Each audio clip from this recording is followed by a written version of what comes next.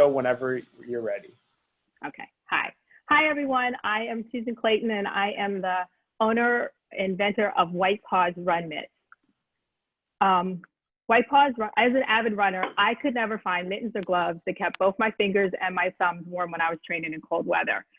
So I invented one. WhitePaws RunMitts is a patented thumbless convertible mitten designed for runners, walkers, outdoor sports enthusiasts. It also has a pocket in the palm for a hand warmer. So if you train in really cold weather, more extreme temperatures, you can make them even warmer.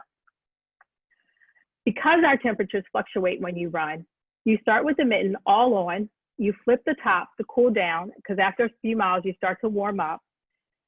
After a few more miles, about 9 or 10 miles, you get really warm. So you can push the mittens all the way down, unlike traditional mittens or gloves. You don't have to worry about fumbling to get them back on. You don't have to worry about putting them in. But what happens a lot of times is we stick them in our pockets. We stick them, for women, we stick them down our bra, sports bra. And then you realize about 10 miles back, you've dropped one. And now you're flipping back and forth between your gloves that you do have. So with WhitePaws RunMitts, you just flip them back on, flip them off, depending on how you're feeling. We launched WhitePaws in 2016. We've had a traction growth of about 20 to 30% in sales over the last 4 years. Our last year, though, unfortunately, we started to slow down. So I felt like I needed to do something more than just what I was doing. I felt like I had exhausted all of my network. So 2020, I was focusing more on press, brand awareness. So I've worked really hard on getting a lot of press over the last year. Due to COVID-19, I was sitting around. I also own, this is my second business. My other business is I own a hair salon, and we were shut down completely for 3 months. So I was doing nothing, and my new manufacturer helped me to develop a face mask that's geared towards runners. That has put me into a market that I was not used to being in, because I'm so used to the winter market. So now I'm in the summer market. So people who would never have even seen me before are checking out the mask, and now they're going and checking out the mitts too. They have been flying off the shelf. I cannot keep them in stock. We also just got a mention today in Runner's World, which is like the holy grail for runners magazine, and we are one of the top, one of the masks that they say for runners. There's a big outdoor sports apparel market, and WhitePaws RunMitts is only one of 2 Black-owned companies in the whole U.S. I just found this out. We were focused also in outdoor retail. The week of, they have a weekly magazine, and on July 27th, we were featured. Our demographics are runners, walkers, outdoor sports fans, moms and dads whose kids play soccer and you're sitting on the sidelines. If you're tailgating, they're great for that. They're great for any sort of outdoor sports. Our market is usually people who run. Basically, that was who our target was at the beginning, but we've also branched out and find that other sports like our product. We look for people who are living a healthy lifestyle. Our competition, we have like Brooks, Solomon, Nike, Under Armour, but because of our patented unique style, we set ourselves away from the competition. We've priced about the same as they are, but our margins right now are about, we have 2 different fabrics. We have a fleece, and our margins about 51%, and then we have a wind and water resistant fabric, and our margins are about 57% on that. Right now, I'm just trying to focus on e-commerce. I found that when I wasn't getting the kind of traction I was looking for in trying to work and to get into stores. So I have been focusing in 2020 on just my e-commerce. Let's see. So anyway, so I want WhitePaws RunMitts to become that one mitten that when you turn to for hand warmth, you think of WhitePaws RunMitts. I want to become that brand. So that's what I'm trying to build with WhitePaws RunMitts. Thank you, everyone. All right, perfect timing. No, that was great. And a lot of people in the chat were loving this idea. So it seems like you have a lot of fans here. Thank you. Let's get into some Q&A. What questions do you have for Susan? And we can kick it off with whoever wants to start. Hey, it's Shyla. I'll go first. So yeah, great product, but I didn't know what your product was in the beginning. I think because I know you focused a lot on the mid, and maybe that was your original product, but it seemed like you pivoted to the mask. But then it's like you're still promoting RunMitts. So what's the product? I guess at the end, is it the mat or is it the masks? So the mitts is always going to be our main product because that's our that's the core of the business to start with. I started with the mask because I was sitting home for 3 months and I needed something to do. And it just took off. It was, when I started it, it was like, I'm sitting around, I have nothing to do.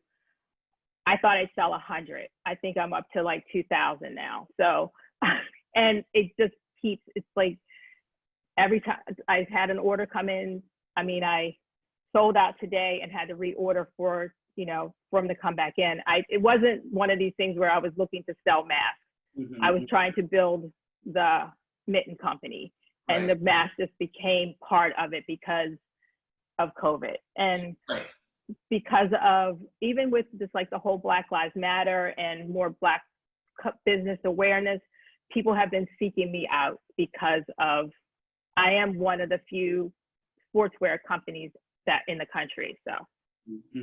So I would just really tighten that story up in the beginning, because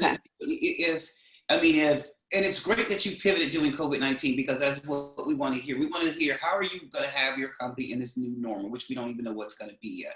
And it seems like yours was almost solved for you, right? So there's a product out there that you could easily sort of make and take off. But I would love to know that, like, in your storytelling, because I think that's what we want to hear. The fact that you know, some things weren't that important, but you made something else, and this thing is sort of taking off. So I'm sorry. I would just tighten it up a little bit to say that is a feature. Okay. But good Thank job, you. great job.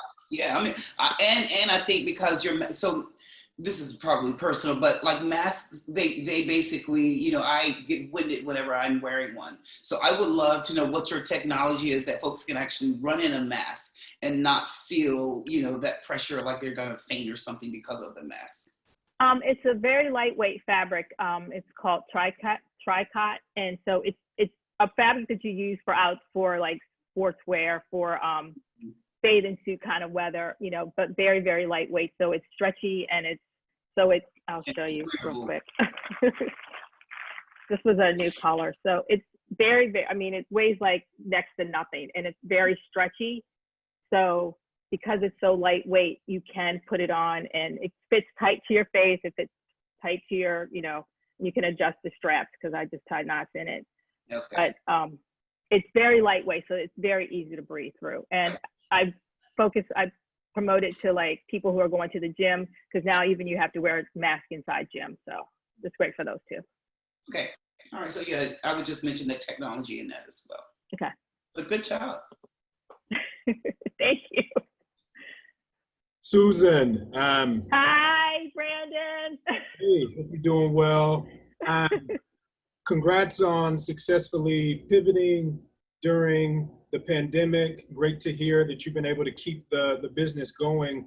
Question is, if you were to get funding, whether it's the $1,000 from this competition or funding from one of us as an angel investor, where do you put that money? Are you going to invest in the original mitten vertical, or are you going to try to continue to take advantage of the moment with the new vertical with the mask? We're, in terms of your business strategy for the next 3 to 6 months, where would you put funding if you got it immediately?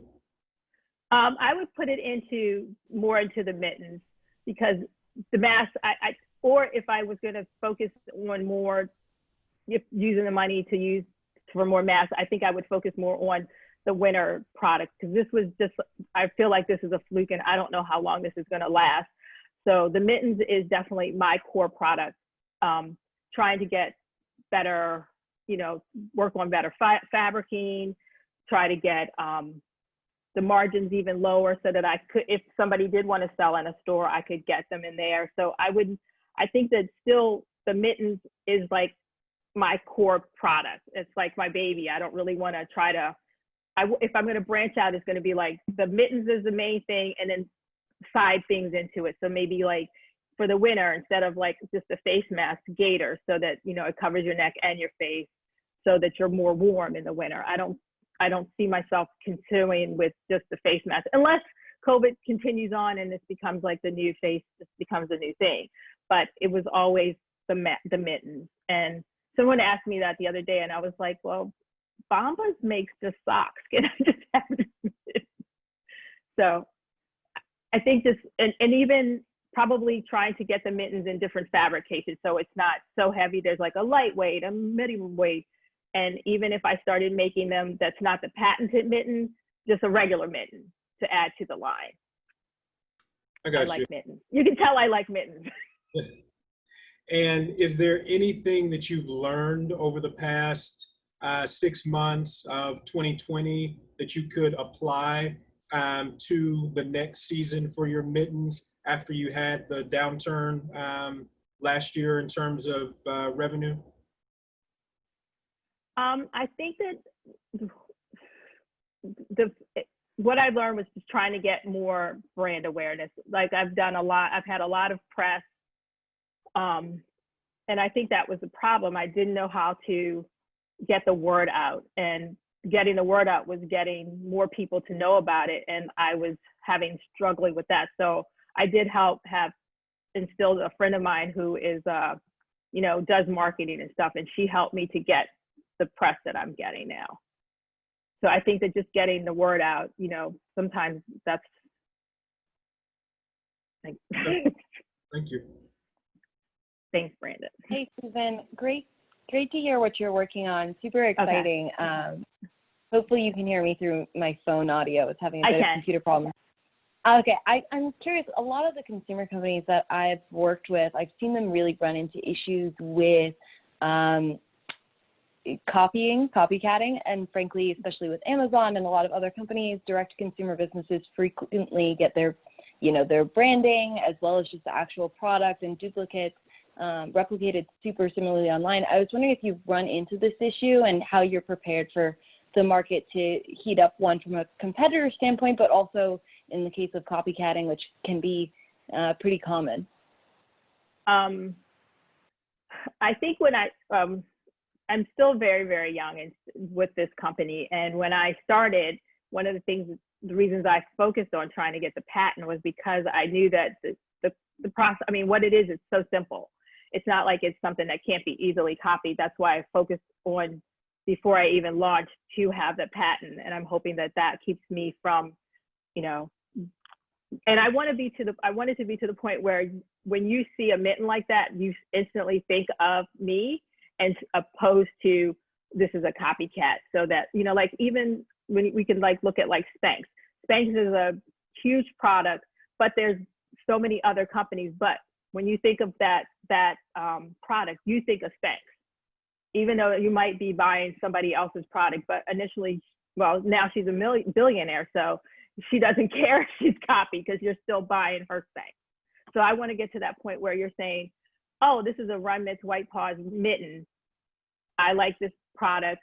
And, you know, it becomes like that household name. So you don't think about, you know, even if somebody does copy it, I'm still, and I was one thing that I did hear from Sarah. She was like, if by the time you get to that point where people copy it, you're big enough that people, right now, nobody cares about me. Maybe, you know, I want them to care about me when they start copying me. It's because I've become so big that they want to copy me. Let's hope that gets. Rooting for you, of course. Thank you.